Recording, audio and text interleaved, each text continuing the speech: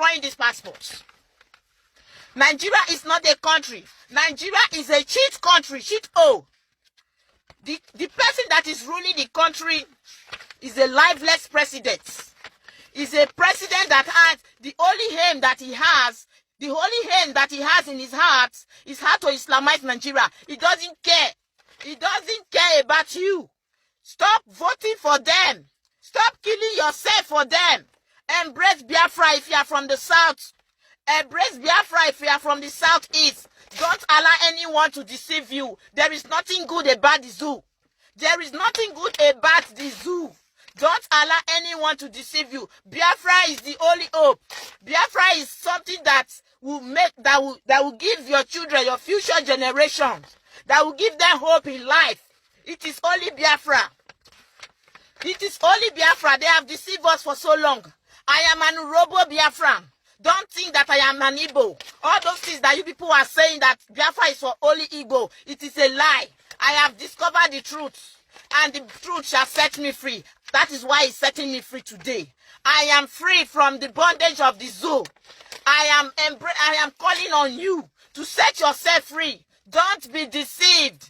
Don't be deceived. The zoo is a fraud, and you will continue to be enslaved. You will continue to be enslaved. They take their children abroad. They take their children abroad to study very well, so that when their children, when they are dead, when they are no longer in government, their children will continue to enslave your children, your generation. That is how it is. Nothing is going to change in the zoo. Nothing is going to change in the zoo. I promise you. Biafra is your hope. Biafra is your hope. Embrace Biafra. Look, destroy. Destroyed. I don't care about it anymore. I have my EU passport. Anywhere I want to travel to. If I want to go to America today, I don't think I need a visa even. I don't think I need a visa, and I will be respected in the airport. By the time Biafra passport will come out, I am going to make my Biafra passport. I am going to make it. Goodbye, the zoo passport. If I want to visit the zoo, I am going to use my EU passport, and I will seek for visa if I have to visit my family at all. Goodbye to the zoo. The zoo, I say goodbye to you. The zoo is a place where dead bodies live. They kill people. They bury people in mass burial, in mass grave. Before they don't even allow the families to see them. Goodbye to you, Buhari. Goodbye to you, Jubri. I destroy you today. I destroy you today because your aim, your agenda is to destroy the people. Your agenda is to destroy the people. Some people would think maybe it's an old passport. It's the biometric. This is the biometric passport. Look at it. So I am destroying it. 2016, this passport was made. So let me tell you, when I went with a visa. Then when I got there, I went to make this passport that I have just destroyed. I went to make it. I don't even know the use of this passport. So let me tell you, embrace IPOB. Look for any IPOB family that is close to you. Join IPOB. Mazuna Nikanu said it. He said he doesn't care about petrol. He doesn't care about gas. If these are the things you want, you can take them and drink them. Drink and make it full your belly. You are Fulani. You know you don't love us. You don't love Biafrans. You don't love the Southerners. All you want is the petrol, is the gas. Make una carry and make una set us free. We want to go. We want our freedom. We want to live like normal people. We want to live like normal human beings. We know how things are done in the West. Before I was coming, I don't live in a big city, for those of you who don't know. I live in a small town. But as the winter is coming, as I was going out and I saw that they have blocked some part of the road. They are renovating. Removing the old concrete, putting a new concrete, so that the road will be usable by the people, the inhabitants of this town. The government cares about our security here. They care about our security. They know that children, they pass that road. When they go to school, the bus take them from that way. They don't want accident to happen to us. That is why they fix everything. They make sure they fix everything. Do you think the zoo care about that? Do you think? Those of you who are here to insult me, I don't really care. I am telling you, you will continue to be enslaved. As far as you don't want to see the light, you see the light, you don't want to embrace it. Somebody has brought the light to you, you don't want to embrace it. It happened during the time of Jesus. Jesus came, he brought the light to the people. But the blind Pharisees, they refused to see the light. They refused to embrace it. The few people that embrace the light, they are the 12 disciples of Jesus. So today, Magnus Victor is the man that God has sent to come and show us the light. Thank God I am one of those. I am privileged to see the light. I thank God for being one of those who understands very well what he's fighting for. I thank God that I came across this particular video of Magnus Victor, the video that converted me, the video that captured my heart, the video that made me understand that he is really fighting for his people, that Biafra is the only hope. I bless God that very day, that particular day that I went on YouTube and I just made that video. And that interview was done by Sahara reporters. When I saw the video, I said, wow. So this is what this man is doing. And people keep saying all sorts of things. And I have been one of them because I didn't take my time to study him, to follow him, to do research. Because people say things, I just follow them. I say, God, this is where I belong. This is what this man is doing is exactly what I want. Magnus Victor is type. I don't see, there is not another Magnus Victor in this world. He's second no day. He's second no day. He know what in people need. He know what people need. He said something in that video. He said our children deserve a better life. They deserve to live like the children in the Western world. Buhari can never use that kind of language. Buhari will tell you the opposite, which is my children deserve to live life like those in the Western world. And that is exactly what is happening. Can't you see? I call on you today, you Urobo, you Edo, you Ishekiri, you Ijo. I call on you today, you Igbo, you those of you who are Igbos, who are still talking about Igbo presidency. I am telling you, you are deceiving yourself. If after 59 years, nothing has been done, if after 59 years, you still don't have good roads, no electricity, you still buy generator, you still stand and drive your car, you stay in the queue before you can buy fuel. There is fuel city. You still cannot take your children to hospital, good hospital, and get treatments. Your children finish from school, they don't have employment. Your children, they still need to bribe in the school.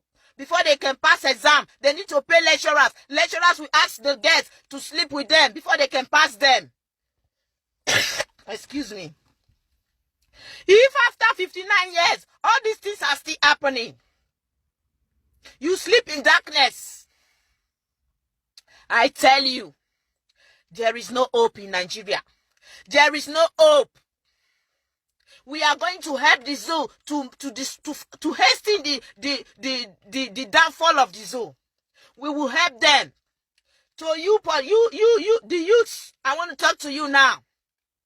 Those of you who came out recently, despite what happened in the presidential election, you people are so ignorant. You people are so daft. You people are so coward. You still came out to vote in Bayelsa State, to vote in Kogi State. And what happened? Some of you were shot dead. Some of you were destroyed. Tear gas. You are running everywhere. You people don't learn a lesson. Are you people programmed to remain enslaved forever? Is that how God programmed you? God did not program you that way. It is your foolishness that is putting you where you are today. Because there are other youths like you in Biafra land who have stood their ground, who have discovered that, yes, this is the right way. They have embraced the truth, but you have refused to embrace the truth because your mind is sealed like that of the mind of Pharaoh. You believe that 20,000, 30,000 is your only way of survival. That is why you continue to patronize the politicians. They continue to use you to do atrocities. They continue to use you to commit crime in that country. I call on you today. I am telling you today, change your ways. Change your ways. No amount of election that can set you free. No amount of bribery. No amount of thuggery that can help change your situation. The only thing that can change your situation is Biafra. Those of you who were killed recently in that election, where are you today? Who will come after you? Nobody. Look at Showore. Showore is fighting. He's fighting for one Nigeria. What happened to Showore? Showore is nowhere to be found. The country is fighting to defend. They have kidnapping. And nobody can come out to speak for him. You voted for the people who are giving you all these problems. You voted for the people who took your right from you. You voted for the people who created laws without asking the voice of the people to know if the people agrees or not. You voted for them. Now, what they are doing, they first of all came up with the idea of identify yourself or else. They will start kidnapping people, killing people, they will shoot you and put you in a grave. Nobody will see that you are dead. Your family will start looking for you that somebody is missing in the family. They don't know that the military, they have killed you. Police, they don't know they have killed you. You voted for a people who have now brought out a bill to hang you for speaking for your fundamental rights. These are the people you voted for.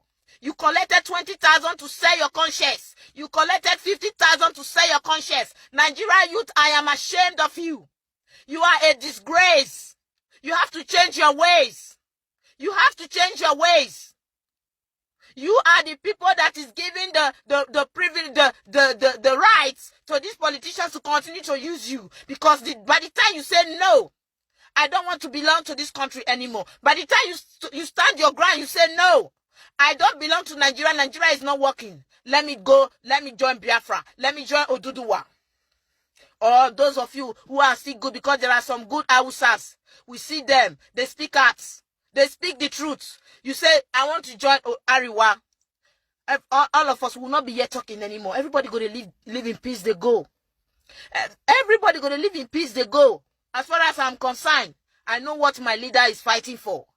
I don't know about the Oduduwas. I don't know about the Ariwas. But as far as I'm concerned, the Biafran leader, Mazi Nnamdi Kanu, I know what he is fighting for.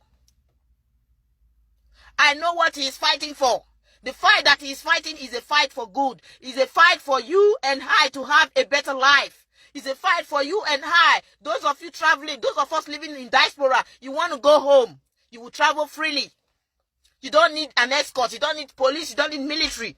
You don't need to be afraid of bad road accidents. You have to travel. You drive. You reach there. If you want to rent a car, you rent a car. Or if you have a car already, you just drive through and show your children the beautiful the landscape of your country, of Biafra land. But today you can't do that. If you as a Nigerian, you cannot. You cannot. I know a lot of people are afraid to travel to Nigeria. A lot of them are afraid. Some of them are afraid of which will kill them because their family is so poor. Why won't you be afraid of which when you or two of you are the only people that are doing well in the family? The others are wretched. They are poor. They depend on you. If the country is functioning, everybody will be doing well. Just like in Europe, nobody care whether you drive Lexus. Nobody care whether, as far as everybody can afford clothes, everybody can eat, everybody can have the same health facilities, everybody have the right to do the